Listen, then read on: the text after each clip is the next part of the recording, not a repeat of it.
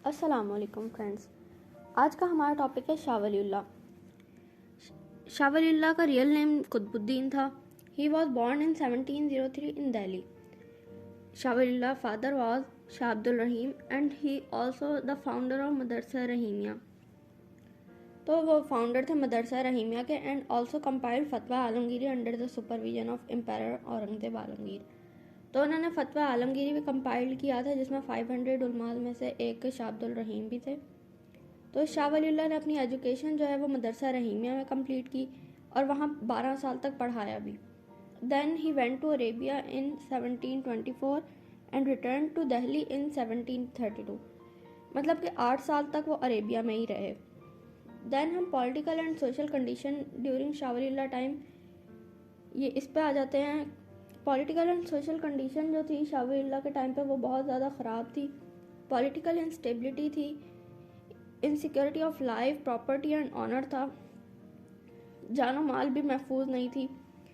Eight that time non Muslim communities like Jat, Maratha, Sikh taking advantage of disintegration of Mughal empire. तो ये Mughal empire के disintegration का ये नॉन मुस्लिम कम्युनिटीज़ जो थी फ़ायदा उठाई थी, क्योंकि जब 1707 में औरंगजेब आलमगीर की डेथ हो गई, उसके बाद कोई स्ट्रॉन्ग सक्सेसर नहीं बचा था जो मुग़ल एम्पायर की हिफाजत कर सके और मुस्लिम्स की हिफाजत कर सके, उनके लिए कुछ कर सके।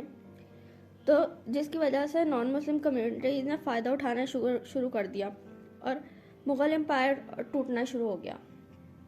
देन हम सोशल कंडीशन पे आ जाते हैं। मुसलमानों की जो सोशल कंडीशन है उसकी बात करते हैं। They were divided into different religious group. There were a constant trouble between Shia and Sunni.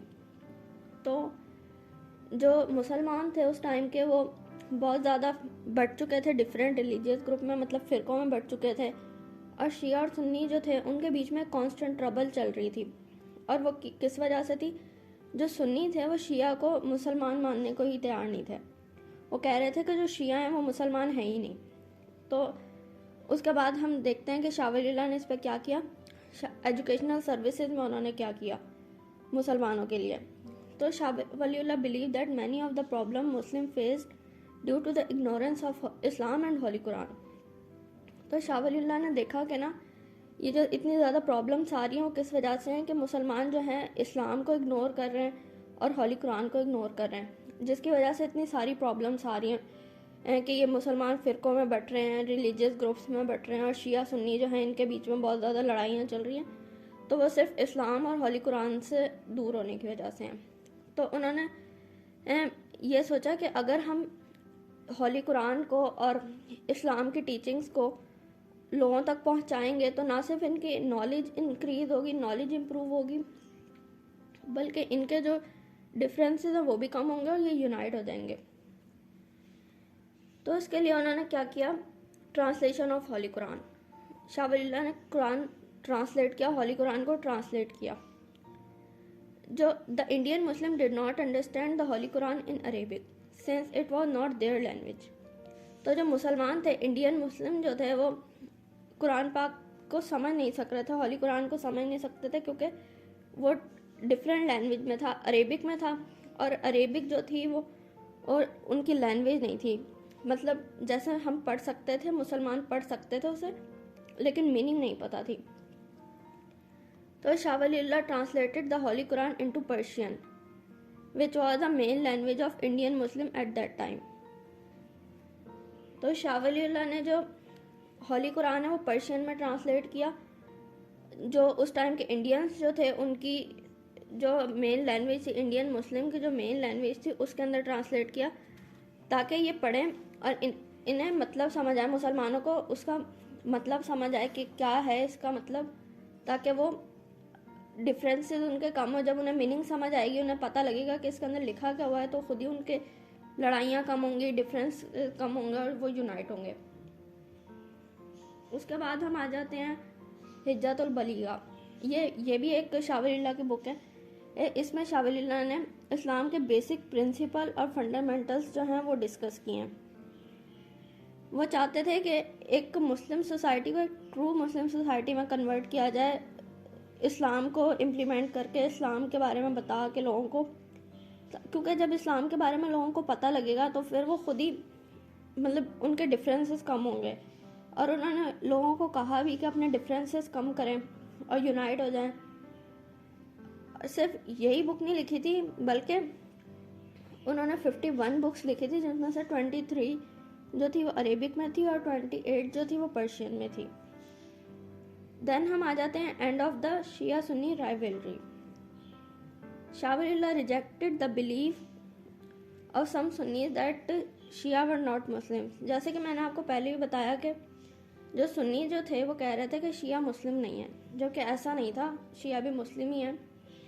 तो उनके डिफरेंसेस को कम करने के लिए उन्होंने 4 खुलफा राशिदीन पे, हमारे 4 खुलफा खलीफाज हैं उनके ऊपर लिखा, उनके बारे में लिखा, ताकि दोनों जो फ़िरके हैं शिया और सुन्नी उन्हें पढ़ें और उनके डिफरेंसेस ख़त्म और वो यूनाइट हो जाएं।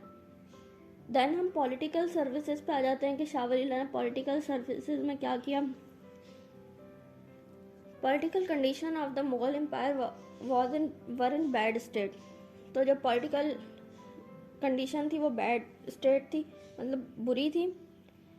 द रूलर्स जो become lazy and ease loving and officers become totally corrupt. तो मुग़ल एम्पायर की जो कंडीशन थी वो ख़राब थी और जो मुग़ल रूलर्स थे वो लेजी हो गए थे और ईज लविंग हो गए थे और ऑफिसर्स करप्ट हो गए थे। ऑफिसर्स क्यों करप्ट हुए थे? क्योंकि जब उन्हें कोई देखने वाला ही नहीं है, उनसे कोई सवाल करने वाला ही नहीं है, तो वो जैसे उनका दिल कर रहा था वो कर रहे थे। अब शाह वलीउल्लाह ने क्या किया वो देखते हैं। His letter to king and Nawab for the protection of Indian Muslim. तो उन्होंने लेटर लिखा नवाब को और किंग्स को कि इंडियन मुस्लिम को प्रोटेक्ट करें। The Marathas were a permanent threat for the Mughals. They had kill many Muslims and destroy there lands and fields. तो उन्होंने वो परमानेंटली मुगल्स को जो धमकियां दे रहे थे मराठास जो थे, और उन्होंने काफ़ी ज़्यादा मुस्लिम्स को मार दिया था, मारना शुरू हो गए थे और उनकी लैंड्स और फील्ड्स जो हैं वो डिस्ट्रॉय कर रहे थे। तो मुग़ल और नवाब जो थे Shah Waliullah wanted to save the Muslim and wanted that Muslim should live peaceful life. तो मुसलमानों को, शाह वलीउल्लाह जो थे वो मुसलमानों को बचाना चाहते थे और वो चाहते थे कि मुसलमान जो हैं एक पीसफुल लाइफ गुजारें। पर ये सब इतना कुछ हो रहा था कि मुसलमानों, वो मुगल्स को धमकियां दे रहे थे, मुसलमानों को मार रहे थे, उनकी जो लैंड्स और फील्ड डिस्ट्रॉय कर रहे थे।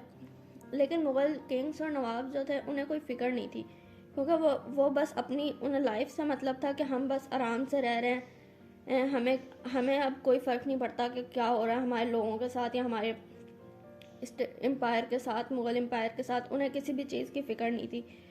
और शाह वलीउल्लाह जो थे उन्हें फ़िक्र थी मुसलमानों की और वो मुसलमानों को बचाना भी चाहते थे। तो जिसकी वजह से उन्होंने लेटर लिखा। For this purpose he wrote letter to the king and Nawab but in when.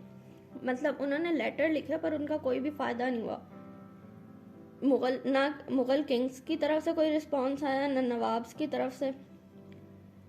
Then हम आ जाते हैं his invitation to Ahmad Shah Abdali to attack India. तो जब मुग़ल किंग्स की और नवाब्स की तरफ से कोई जवाब नहीं आया तो उन्होंने अहमद शाह अब्दाली को लेटर लिखा कि वो आएँ और इंडिया पर अटैक करें और मुसलमानों को बचाएं, क्योंकि ये मुसलमानों को बचाने का सिर्फ आखिरी तरीका था। It was the only way to save the Muslim of India.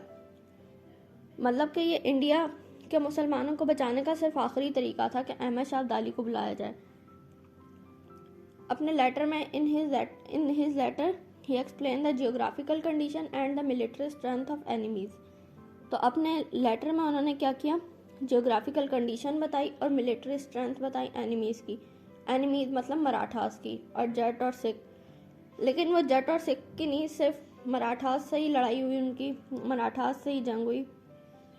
तो अहमद शाह अब्दाली जो थे वो काबुल के रूलर थे। उन्होंने अपनी फोर्स जो है वो कंबाइन की नजीबुद्दौला के साथ। वो रोहिल्स के लीडर थे, रोहिलाज के लीडर थे, एंड अटैक इंडिया इन 1761। और 1761 में अटैक किया इंडिया पे। Ahmad Shah Abdali defeated the Marathas and crush their powers. तो अहमद शाह अब्दाली ने मराठास की जो पावर को हरा दिया और उनकी पावर ख़त्म कर दी। Due to the ease loving attitude of the Mughal rulers, Muslim could not avail the golden opportunity. तो अपने ईज लविंग एटीट्यूड की वजह से वो इस गोल्डन अपॉर्चुनिटी को मुगल्स जो हैं वो उसका नहीं फ़ायदा उठा सके, मुस्लिम जो हैं, क्योंकि ये गोल्डन चांस था मुसलमानों के पास, क्योंकि मुगल्स के पास भी कि उनकी जो पावर थी वो कम हो गई थी। किसकी? मराठास की, जो परमानेंटली मुगल्स को भी धमकियाँ दे रहे थे और मुसलमानों को भी तंग कर रहे थे। उनकी पावर ख़त्म हो गई थी, तो वो अपने मुग़ल एम्पायर को बैलेंस कर सकते थे, दोबारा से स्ट्रॉन्ग कर सकते थे, लेकिन मुगल्स ने ऐसा कुछ भी नहीं किया। देन हम आ जाते हैं इकोनॉमिक सर्विसेज पर। तो economic services, Shah Waliullah was very concern about the economic condition of the Indian Muslims. He requested the workers to work for more hours and spend less. तो उन्होंने वर्कर्स को भी क्या किया, वर्कर्स को रिक्वेस्ट की कि वो थोड़े ज़्यादा टाइम के लिए काम करें और थोड़ा कम इस्तेमाल करें, कम खर्च करें। और he led great stress on अदी एंड तवाज़ुन, means that is justice and equilibrium. उन्होंने ख़ास ध्यान दिया जस्टिस और इक्विलिब्रियम पर, इंसाफ और मतलब बराबरी। वो चाहते थे कि बराबरी हो और इंसाफ हो। And he also requested the traders and businessman to adopt the fair system of trading and money making. उन्होंने रिक्वेस्ट की ट्रेडर्स को और बिजनेसमैन को कि fair system of money making जो है वो करें,